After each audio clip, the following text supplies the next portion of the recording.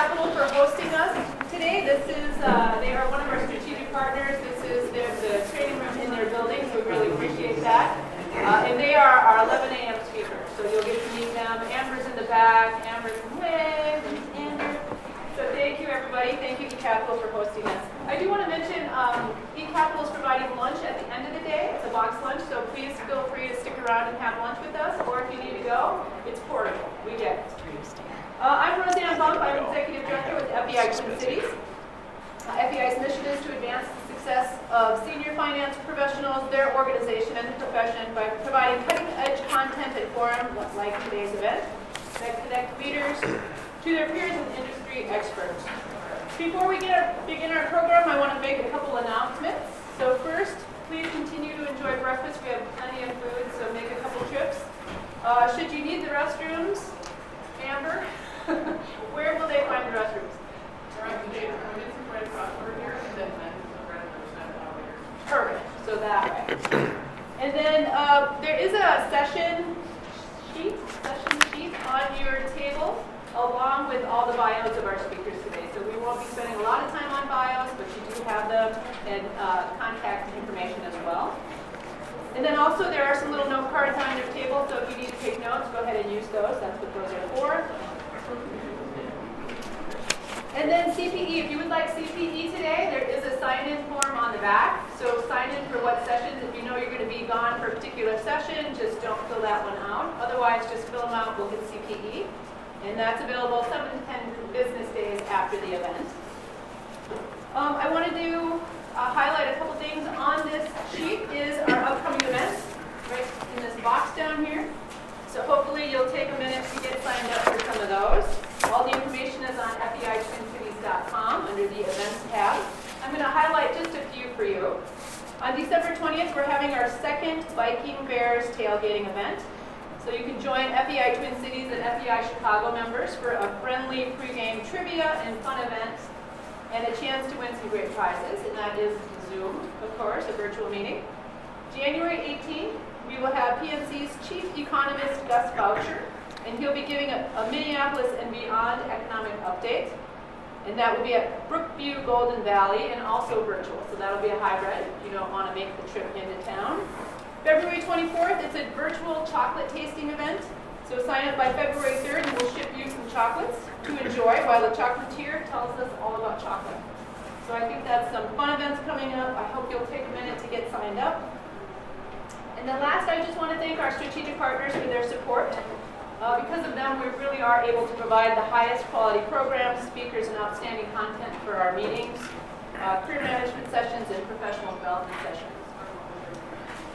And then one last comment, too, before we begin the program. We are a membership organization. If you know of someone that's looking to build their network or to get connected with content or CPE, let one of us know and we'll get them connected. And now we're going to move on to our program today. So our first session is Attract and Retain Talent, Creating a People-First Workplace. And Yee-Ling Supik is the Business Development at Salo, and she's going to take it from here. Yeah. All right. Good morning, everyone. Can you guys hear me in the back? Okay. All right. Perfect. All right. Good morning, everyone. Happy Wednesday. Hope everyone has found their groove after a long holiday weekend. I'm super excited to kick off the day here, the professional development series on challenges of the CFO. As Roseanne mentioned, the first segment here today is around attracting and retaining talent and creating a people-first workplace. Obviously, a very relevant topic in today's workforce. So, just a quick, I guess Roseanne already introduced me. I'm a business development director with Salo. For those of you who don't know Salo, Salo is a talent firm that focuses on meaningful experiences. We connect experts in finance, accounting, and HR with organizations in helping address interim needs and solutions. So just a quick bit about Salo. So the goal for today is to have a healthy dialogue around talent in today's workforce. How do we attract and retain, and what does it mean by creating a people-first workplace? These are certainly not new concepts, but nonetheless more important than ever. So phrases like the Great Resignation, the Great Reshuffle, talent tsunami, just a quick show of hands, how many of you in here have heard of these phrases? And then how many of you have been personally affected by these concepts? A few of you, great. So whatever the catchy phrase is, we know there is a talent crisis happening in today's workforce. We are excited to dig into how you can help your companies navigate it. So today we've prepared 3 topics, and then around each topic we have a couple of questions prepared, and our panelists here will help just give their thoughts as for each of the topics. And then we will have a Q&A session at the end. But if there are any clarifying questions or any pressing questions, feel free to throw your hand up. All right, now let's get to our esteemed panelists. Can each of you please introduce yourselves and which company you're from and fun fact about yourselves. Let's start with Donna. Okay, great. Hi, I'm Donna Bowman, currently a CHRO consultant through Salo on site at Regal Health. I have spent majority of my career in healthcare, from insurance to managed care to direct patient care. For those of you that are not familiar with Regal Health, it's a fairly new organization here in the Twin Cities, spun out from Twin City Orthopedics about 3 years ago. And it provides management services organizations to private physician practices. Broad, multi-specialty organization. They are all umbrellaed under an entity called iHealth. So if any of those sound familiar, most people know Twin City Orthopedics. That's probably the largest part of iHealth. And that management team is the founders of this particular organization. Fun fact about myself is, I was sharing earlier, sounds like a lot of folks up here have done quite a bit of travel. I traveled 4,700 miles to watch one hockey game. So for those of you who have had hockey as part of your families or anything, hockey parents can be kind of crazy. And my daughter was playing for Vienna, and my husband and I had the opportunity to go over there and watch her play a game. So I thought traveling to Bemidji was far, but Vienna took the cake. Nice travels, nice place to have to visit, but that's kind of a fun fact about me. All right. Good morning. I'm Dave Rust. I'm the CFO internally at Salo. I've been with Salo for 5.5 years. Prior to that, I was with Northwest and then Delta Airlines for 11.5 years, and then financial services prior to that. A fun fact, it's not really a fun fact, I'd say it's an interesting fact about me, is I lived and worked in Manhattan during 9/11, so I was about 5 blocks when the towers got hit. So, I don't know, it's not really that fun, but it's interesting. Good morning, everyone. I'm John Hudson. I'm Chief Operating Officer for Centera, which is a local company here, a startup in precision agriculture. I'm originally from the Toronto, Canada area. I'm a chartered professional accountant in Canada. My wife and I have spent the last 25 years of our marriage basically traveling. So we lived in California, where I did a lot of work in a lot of startups in the telecommunications space for a company I was working for at the time. We continued to be transient from there. I moved to agriculture, which I've been in for the last 18 years with a company called Syngenta, global agribusiness, Swiss-based company. Started there in country CFO position. We spent 4 years in Switzerland, where I did investor relations and a territory CFO. Decided to keep going east, ended up in Singapore for 4 years, where I was a regional CFO, and ended up in Minnesota in 2015, where I was regional CFO for the North American business. The fun fact is, we got 3 children that we added along the way, all born in different countries. The reason I'm with Centera is actually because of a move. Syngenta decided they wanted us to do one more move. We called their bluff, saying high school years were coming up, kids were not going to move during the high school years, they would probably disown us. So made the decision to stay in Minnesota, and dumb luck or good timing, or maybe both. It was an agriculture company and a startup environment, both of which I had familiar, so it was the best of both worlds coming together. So happy to be here. All right, thank you all. All right, so let's kick off with our first topic. So our first topic for today is today's talent market.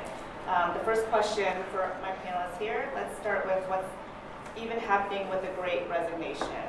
How have employee expectations changed since the start of the pandemic, and what do they care most about? What do you believe? Why do you believe so many are quitting, even in finance? You want to start? Want me to start? Sure. So this is a really interesting question, because employees' expectations, I think, have evolved over many years as we are trying to figure out how to manage even different generations, right? New generation comes in, they have a different set of expectations. Now, how do we kind of accommodate their needs, yet keep our businesses running and achieve all of our goals? I think most recently, people have had an opportunity to really reflect and prioritize their lives differently. I think that they are focused on both professional needs, but the personal needs have really surfaced. Many people were at home for a long period of time, kind of reflecting on what am I doing? Is it meaningful? How am I contributing? From an HR perspective, what I think they care about most now is flexibility in schedules. We have this new concept called hybrid. That means we're working in an office, we're working at home. We could be 100% remote. Brick and mortar organizations have found that we actually can have people working at home. They don't have to be in corporate, or they don't even have to be close to corporate. They could be anywhere doing this work. Rich benefits with time off. You know, we've been forced to have certain kinds of leave accommodations, but now they're wanting more around, I want to have an opportunity to not use vacation time, but have other time away that I can focus on. And beyond just, I need to go get a COVID test or I'm going to go get my vaccine time, they're really interested in having opportunities for that flexibility. And then meaningful work. I had mentioned that. Meaningful work being, do they get satisfaction or joy, to use a more contemporary term, if everybody's heard about finding joy in their lives and out of their work. And as a result of these focused areas, employees they're quitting if it doesn't meet their needs. Some are quitting, some are actually changing to part-time as well. We're seeing a lot on the end towards retirement, going ahead and choosing, I'm out now, I'm opting out. And so there's those reasons as well. The cutting back of hours or potentially relocating, we saw this last year a huge influx of a way to retain them is let them go to South Carolina for 6 weeks in the winter and get out of Minnesota, but keep working for us. That was something we had never done before. And we found that with technology and the prominence of Zoom and Teams and other tools, we could make it work. The other is the organizations, they're not aligning with the individual's values. So when we talk about the meaningful work and having an opportunity to really reflect on what does the organization do, how does it fit in with what I want to do, how does it align with my values, we spend a lot of time working. And if I think about and reflect, I have 2 children at home. One's a Gen Z and one's a millennial. I had them just 4 years apart, that's how they cut. They do act differently when it comes to what they're looking for. When you think about, I have a son who graduated from Carlson last May, spent the last year and a half teaching and learning via Zoom. He needs socialization. Started a new job, he's a financial analyst, started a new job in August, has no sense of company culture, who his team is, how he's truly contributing. Oftentimes he'll be sitting at home kind of spinning on his laptop, kind of waiting for someone to ask him to do something because he's so new, he doesn't know how to engage and seek out work. While those who have been a part of the company are really busy. They're in meetings all day long, the meetings and the Zooms. We don't even have a break to walk down the hall while you're doing the Zooms all day. It's just one after the other. So I hear a lot of feedback from him in particular around being new to an organization. He met over Thanksgiving with a lot of his friends. None of them are very happy in their jobs. And they're thinking about, I haven't even been there a year and I'm ready to leave already because I don't feel engaged with my organization. So those are some of the reasons that I think people are looking to leave and what's weighing on their minds and kind of what's important to them. Yeah, I think like a lot of things with the pandemic, it just accelerated a lot of trends that were already happening. Oh, I thought it was a bird. Flashing windows. I thought it was a bird. Sorry. But I think it just accelerated a lot of trends that were already happening, and in particular some of the demographic trends. Gen Z, millennials, that they care about meaning, they care about things that I think other generations cared about, but just didn't think you could be vocal about caring about. And then that combined with technology trends that were already happening, more work from home, more flexibility. I think what the pandemic did was it just crushed a lot of beliefs that were out there before. Even like as I think about at the beginning of the pandemic, some of the things we were worried about, those just were not true. Like things like you can't be as productive when you're working remotely. Well, depending on your role, you're actually almost more productive. And if anything, I found on my team and at Salo in general, we were spending a lot of time trying to figure out how to get people not to work. Like, make sure you're taking breaks, make sure you're doing, and it was, it's selfish, but it's also altruistic because you need people to be refreshed and ready to go. So I think that's kind of, to me, one of the big things. And with that, then, if you have flexibility and you can work theoretically anywhere, I don't think we're completely there yet, but we took down a lot of those geographic boundaries. That just kind of democratizes the whole supply and demand of labor, right? Now you can go get a job anywhere, a company can hire from anywhere. So therefore, it's just, it's a much more competitive landscape, and with that, companies really need to step up and some of the things that were attractive to people during the pandemic, that flexibility, that work-life balance, it's just kind of on steroids. It's not just about more pay, right? I think I've seen stats anywhere from 40 to 60% of people say they would actually take a pay cut to maintain their flexibility. Well, the good news for them is they don't really have to take that pay cut, right? It's just like that's the new norm now. And so companies not only have to give competitive pay, but they need to continue to offer flexibility and attract people in other ways beyond just pay. So some of the things that Donna was talking about as far as, meaningful work, engagement, community, knowing your coworkers, all those things are just dramatically more important than they have been in the past. And so I think it took something that was kind of going and it just accelerated it. Great. So Dave, you kind of touched on this, but I guess the next question is more of how.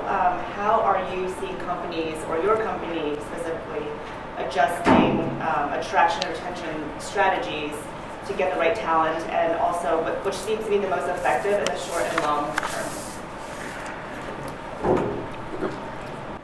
Maybe I'll go first. I guess from our perspective, I'll hit on a couple things that were raised here. I'd say there were two noticeable changes that we've seen with regards to market dynamics. The first one is work from home is definitely the flavor of the day. We'll get in a conversation with somebody, hey, we're really interested in the experience you have, and they say, great, can I work from home? That seems to be the first question out of their mouth. The other thing that we are seeing is salary inflation. So it is not across the board, but there are certain areas where we are seeing inflationary pressure from a salary perspective. In terms of how we've responded or how we've dealt with that, the work from home is an interesting one. What I would start with is say know your audience when you're communicating it. That was something we spent quite a bit of time on. If we look at the demographics of our organization, we're about 2/3 science-based roles, engineers and agronomy. So we tried to appeal to the science side of the thought process. Obviously there was a lot of studies out there around productivity.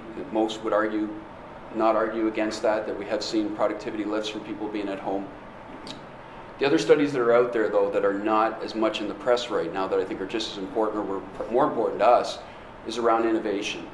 And when you talk about innovation comes through proximity and social interactions. And what we did a couple years back, we spent some time on a bottoms-up creating an employee value proposition and what the values of the company were. And we were able to trace it back to, okay, if we're going to talk around innovation versus productivity, innovation is one of our values. Productivity is important, but it's not one of our values. Therefore, balance of our strategy is we need people in the office. We will support work from home environment, but we really went and hinged on the innovation side. And people, that resonated because there was a rationale. It connected back to the values of the company. So that went really well in terms of how we rolled that out.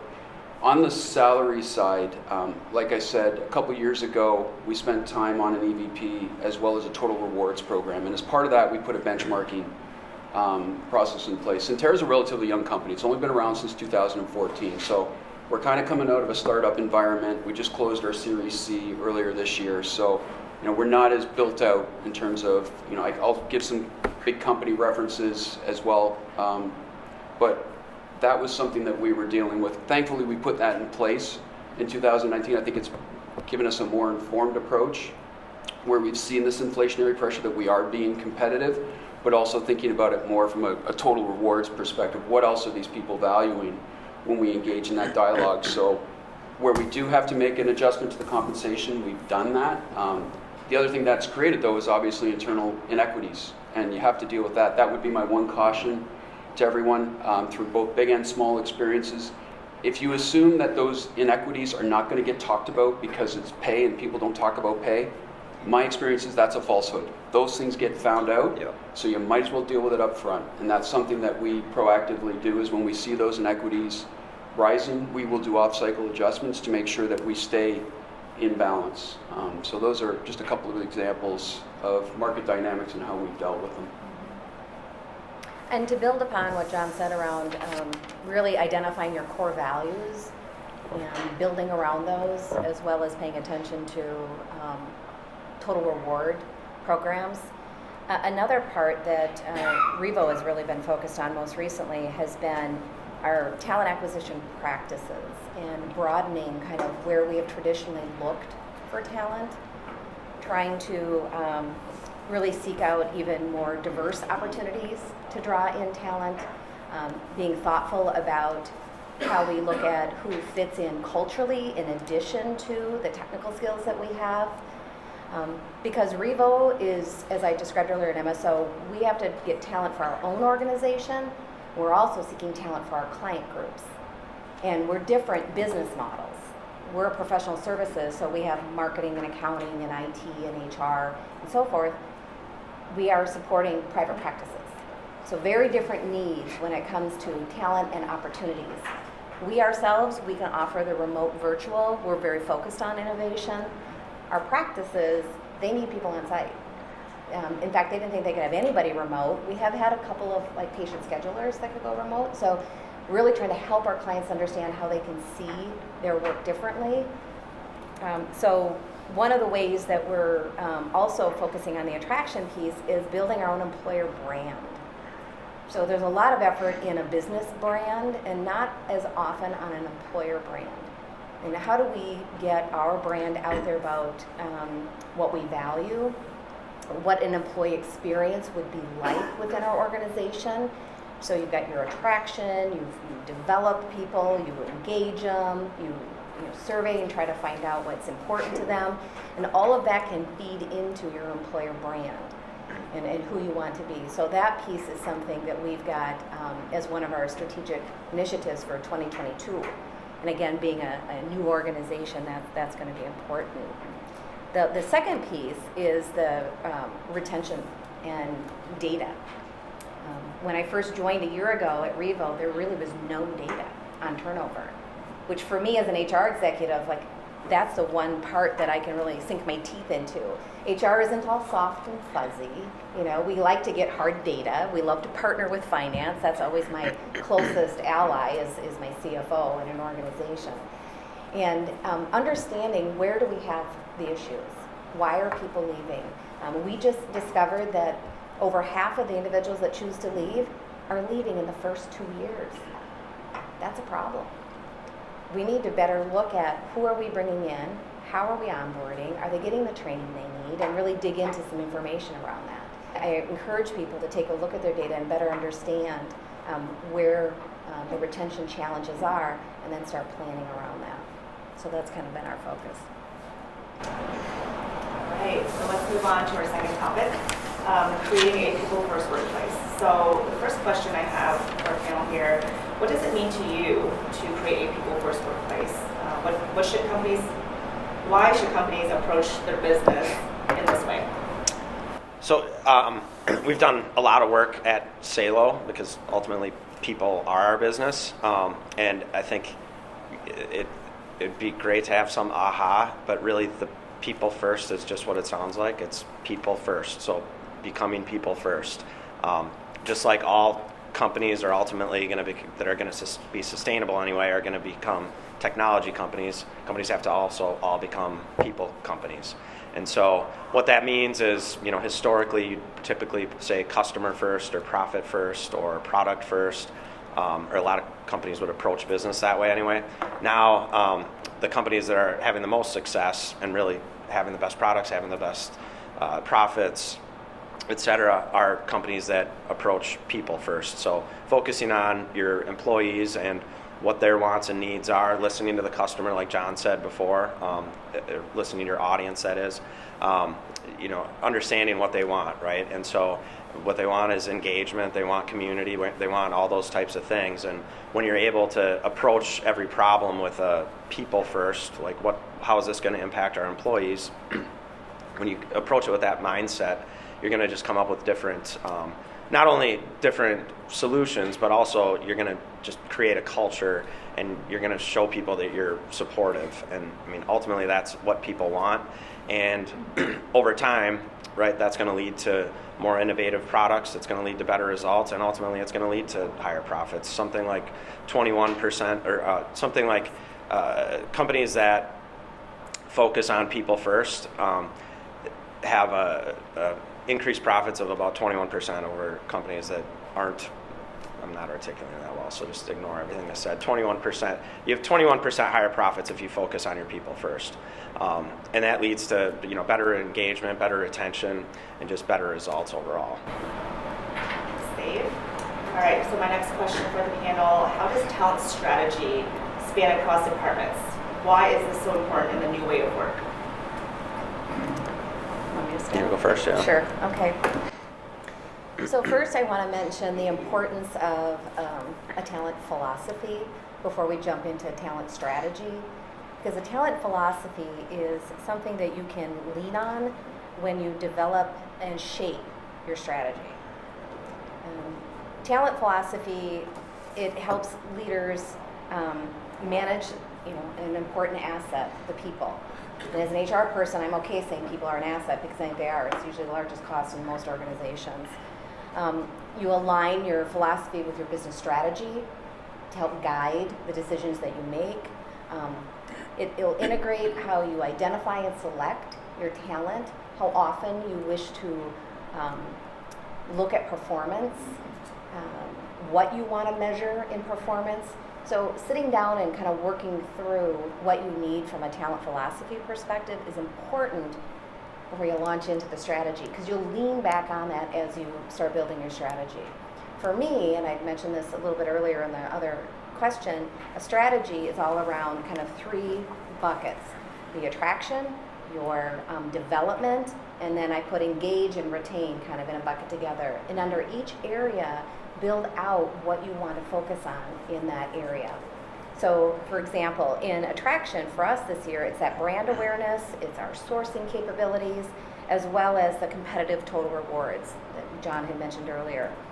In development, it's strengthening our onboarding, developing career paths, looking at your leaders today as well as your leaders for tomorrow and building towards that. Producing succession plans, I think, is becoming really important, particularly as we see a lot of knowledge leaving our organizations. And kind of a fun one that we do, and it takes a lot of extra work, is a mentor program. Many employees want to have that best friend at work if they're looking at being truly engaged and they wish to stay. So developing some kind of mentor program is helpful.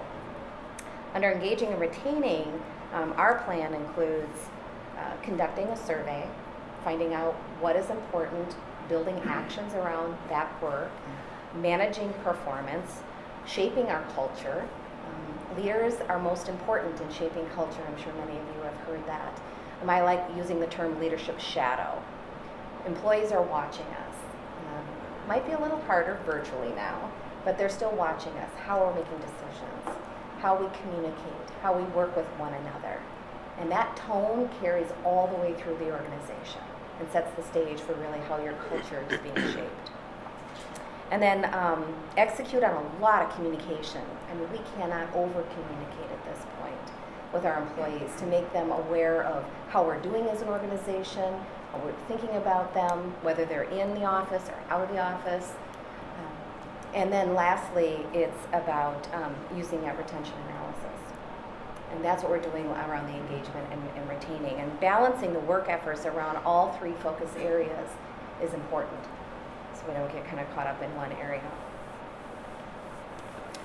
So maybe speaking from our experience, I would cite the two examples I gave earlier around work from home and the salary inflation. It does go beyond finance across the board. We've seen that.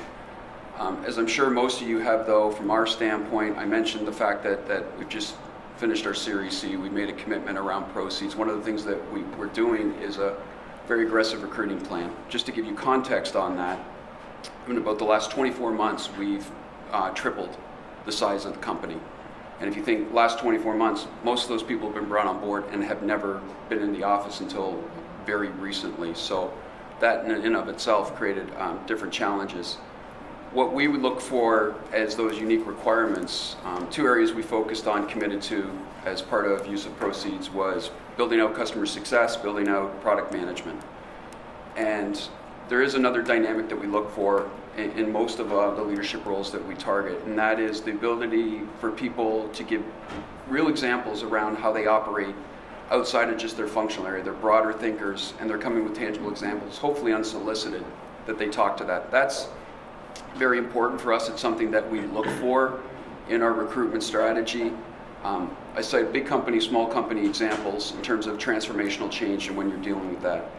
Big company environment, you have transformational change, and when that happens, my experience is the breakdowns happen in the seams, in the handover points. You've got a big mature company, defined roles, defined process, you change that, you break that, the handover points are where you're exposed most, and you want those people that are broader thinkers, can think across that to fill those gaps. Small company, our situation, similar but different. We're introducing new roles and responsibilities into an existing process. And in that case, it's where do they fit in and what disruption does that create? And especially in a process that's probably not as well defined because it hasn't matured to the same degree, but also it's evolving because the company's evolving and growing as well. And this was an interesting dynamic that we went through, real life experience through the pandemic. Is in the past what we would do is we would get in a room when that would happen, when that change is happening, and you sort it out and you talk it through in the room. When we went remote, we lost that ability. Everybody went their separate directions, and we lost that ability to collaborate and solve those issues. And if I look back to 20 and 21, in terms of recap on the year, absolutely we were more productive. I raise my hand and say, we saw that, we felt that. What it did, though, is it created new challenges with regards to delivery, and where we fell short was in those deliveries because we didn't have those seams stitched up as best as we did in the past. Thank you. So last topic of the day here, guys, changes in culture. The first question I have for you, for many companies, culture faded during the pandemic. How can they get it back? And should it even be a key focus, and why? Go ahead. I'm going to say it first because I was sure Donna was going to say it, but culture eats strategy for breakfast. I'm sure you've heard the cliche. I'm an advocate. I believe it. The perfect strategy is always undermined by people if you don't have the buy-in. Again, thinking back to my previous experiences, there's always been this view of we're going to put a big change on the organization. We don't have it perfectly baked yet. We don't know what the messages are, and we don't know the reasons to believe. So we can't tell anybody. This is confidential. This goes into a boardroom, and we talk about it in the boardroom before we roll it out. I think we've taken a little bit of a contrarian view to that, is when we have something that we know is going to be highly people-dependent in terms of its success, we've thrown it out there, and we've put it out to people. So things like our EVP, our total rewards, this is what we're trying to accomplish, and we bring them along in the journey, and I think that's proven very effective for us. Another example that I would give, though, that I wanted to share, a specific example that we've been dealing with, and it's a call out to our friends at Cressa. I know they're coming up next. Share a bit of a story here.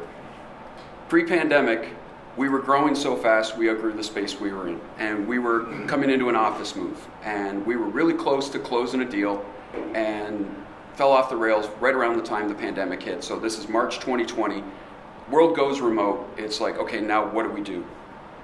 So we decided we'll take a pause. We talked to the board. We're going to pause 6 months, and we're just going to see how this whole thing plays out.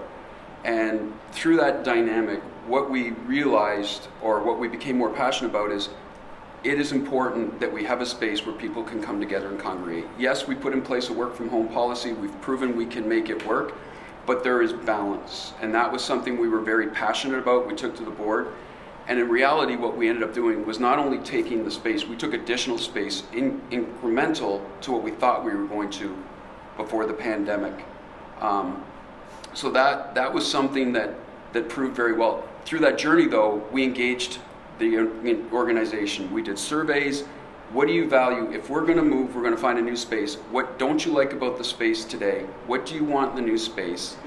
And we took that as our criteria that we passed on to Crescent and said, this is what we're looking for. This is what our people want in the new environment. I think that proved very effective in terms of the search. The one gap or noise that we got on the back end once the move happened, there's always going to be something, was around commute times. And unless you put the new building right on top of where the old building was, somebody's going to be unhappy about their commute. We were very transparent, though. We drew a perimeter and we said, in surge traffic, everybody today is within a 45-minute perimeter of the existing office. We will make the commitment that everybody stays in that 45-minute cylinder. So while your commute may change, your time may change, everybody's still going to be 45 minutes. And that was the commitment we made. That was the commitment we delivered on. Coupled with the fact that we did introduce a better defined work from home policy, people got that. They bought into it.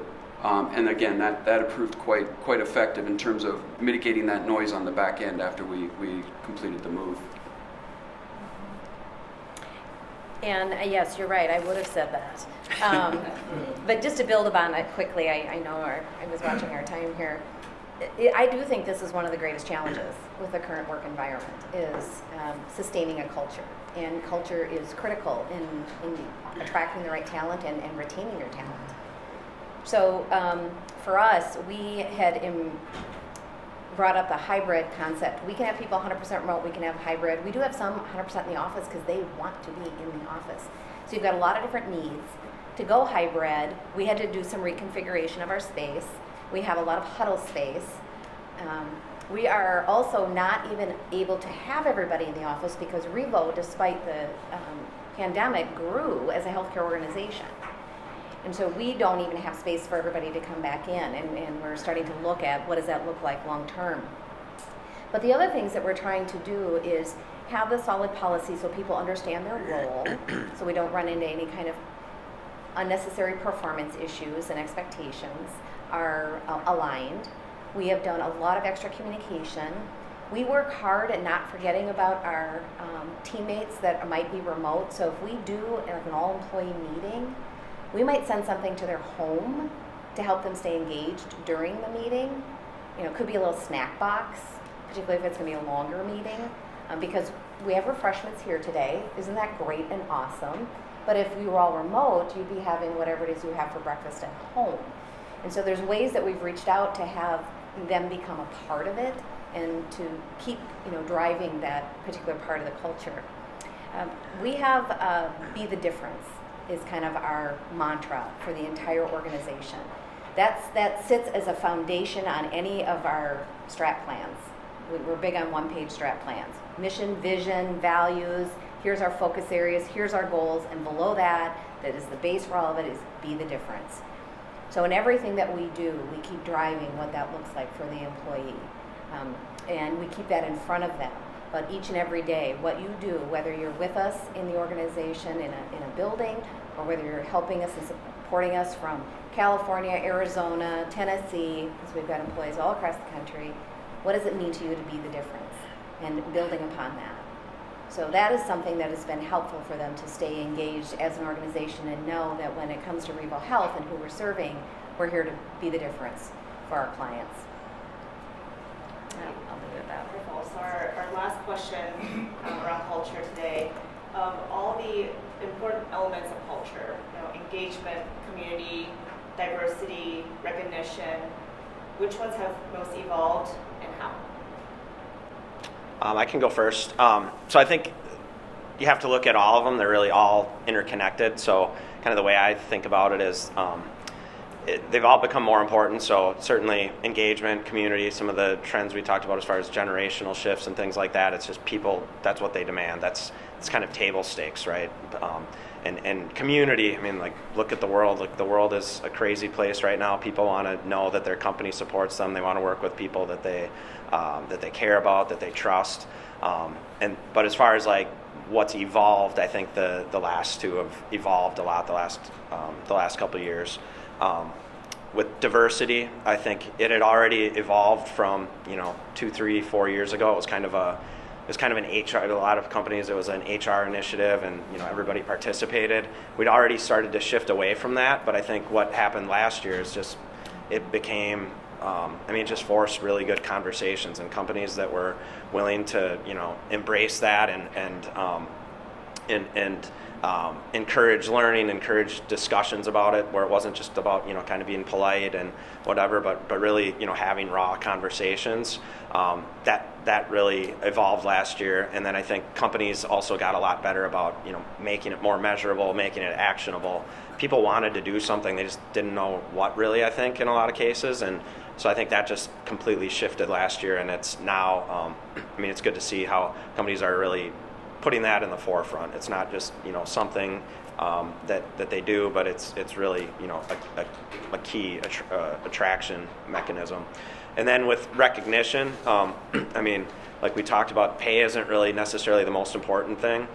It's competitive, but if somebody's going to leave for a raise, today, and you give them one, you got to give them something else, because they're probably going to be open to leaving for a raise in 6 months as well. So it's with recognition, it's pay, having a competitive comp and benefit strategy, but really it's those other things I think that are really important.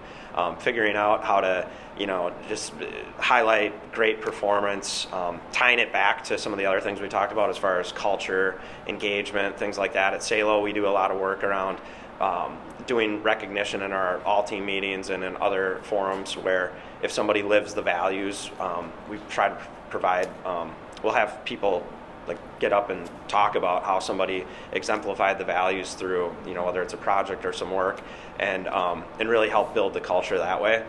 So there's things like that, and then there's just the little spiffs and things that you can do for your employees, but it's not really just about pay. You really have to be a lot more creative with it now. I don't have a lot to add to that, to be honest. That covered a lot of it. I will say one thing that we're doing at Revo is we have values champions that meet regularly and highlight the stories and the way people are living the values of the organization. So we have a nomination process that comes in. We have a monthly winner. They get a pretty cool award. They actually get a piece of art that's custom to them that they get to work with the artist on. I don't know how they came up with that, but they did that before my time when I got there. So we do have values champions. I would also add that when it comes to the engagement portion of it, that's become like table stakes, to your point. People come in, they expect to have a survey, they expect to be asked what to do, and they expect you to take action. And I said that's the one caution where I've seen organizations at times, they go out with these really robust surveys that get tons of data, they analyze it, they look at it, they know what it is, and then it goes and sits on a shelf. And that's not as helpful for the employees, because it's the time that they're taking and they're sharing their voice and their concerns and hopes and dreams for the organization, and they'd like to see some action. So I encourage you, if you choose to go that path, make sure you take action. And then lastly, on the DE&I space, I echo everything that was said about that, because I'm at Salo right now. Prior to this, I was at Medica for a year as a consultant. Biggest hire effort was finding a DE&I leader. I'm at Revo. Biggest effort, hiring a DE&I leader. I think many organizations are looking for that talent and for that help. Hard to find, frankly. That's high competition right now. But it's a space that, not everybody is comfortable in. Not everybody knows how to necessarily help the organization wrap their arms around it. And so we've seen a lot of need for that talent, frankly, and work effort. So we've got a whole DE&I program now that's underway within Revo Health that's focused on education primarily, community support, looking at some other kinds of just conversations, giving space for people to feel comfortable and welcomed and create a sense of belonging. And so those are some of the things that we've been working on that so far we haven't seen all the results yet because it's still fairly new, but it's become important. Question? What is DEI? I'm sorry, diversity, equity, and inclusion. I come out of healthcare, we use a lot of acronyms. Acronyms, yeah. So I apologize. Do we have time for a Q&A? Yeah, let's do a couple quick Okay. questions. Anyone just jump the other seat. Is Eric? Thank you. Do you see these changes, like work from home flexibility, permanent, or the next economic downturn or crisis, whatever it may be, or all the control freaks out there bring them back in the office mandated, 8 to 6 every day? I mean, the way I look at it, I think, if you want to be people first, there's not a one size fits all. So that really goes with a lot of the generational stuff, right? Like certain generations want to be, and actually Gen Z, the youngest ones coming in, they want to be in person. But at the same time, they don't really even like work from home, work remote. They don't really think of it. It's just, they just think of it as working. So whether they're in a conference room with somebody or sitting at their desk and the person's down the hall, like they don't really look at it that way. It's just much more fluid. But I think it's companies that can do kind of mass customization. I mean, like Cressa will tell you, like there's not a perfect office setup either, right? Certain generations want open, others want privacy, but ultimately you got to be able to provide flexibility so that each person can kind of select what they want. I think it's easier said than done, but I think to think of it as kind of mass customization and there's not a one-size-fits-all approach is kind of the way to think of it. There's not, 2 days a week isn't the ideal, 3 days a week in the office isn't ideal. It's really enabling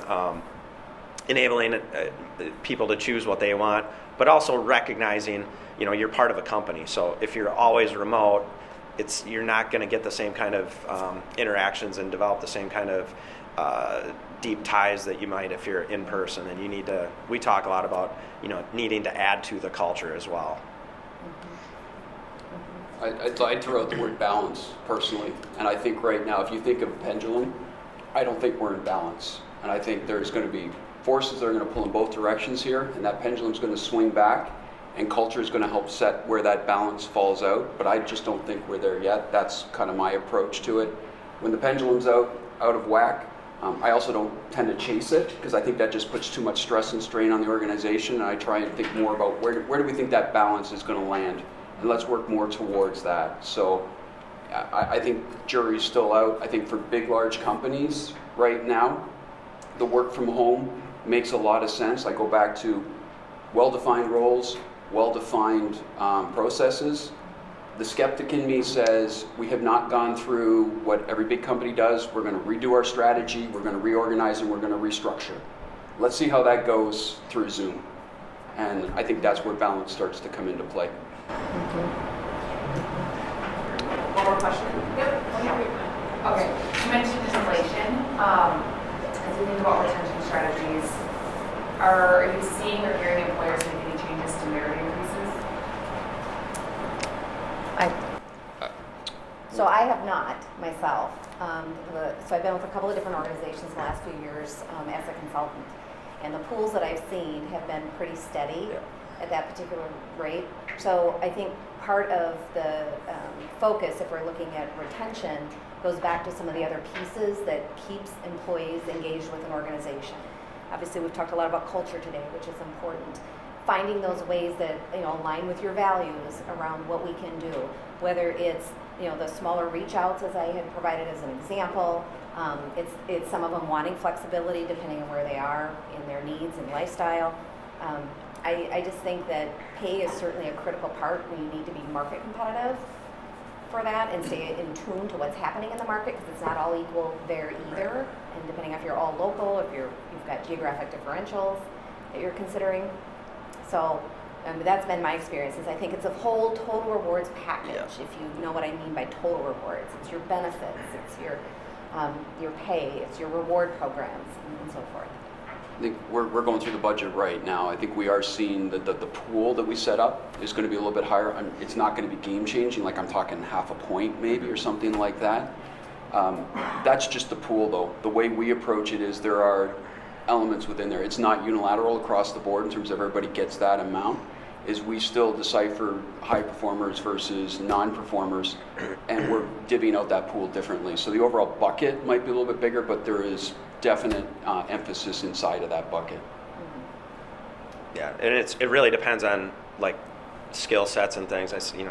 Baker Tilly, CLA, like the CPAs, especially the young, 2, 3, 4, 5, 6 year. I mean, they did mid-cycle. A lot of the Big Four did mid-cycle crazy adjustments this year, double digit. So it's really targeted, but I think overall, like the things I've heard anyway are similar.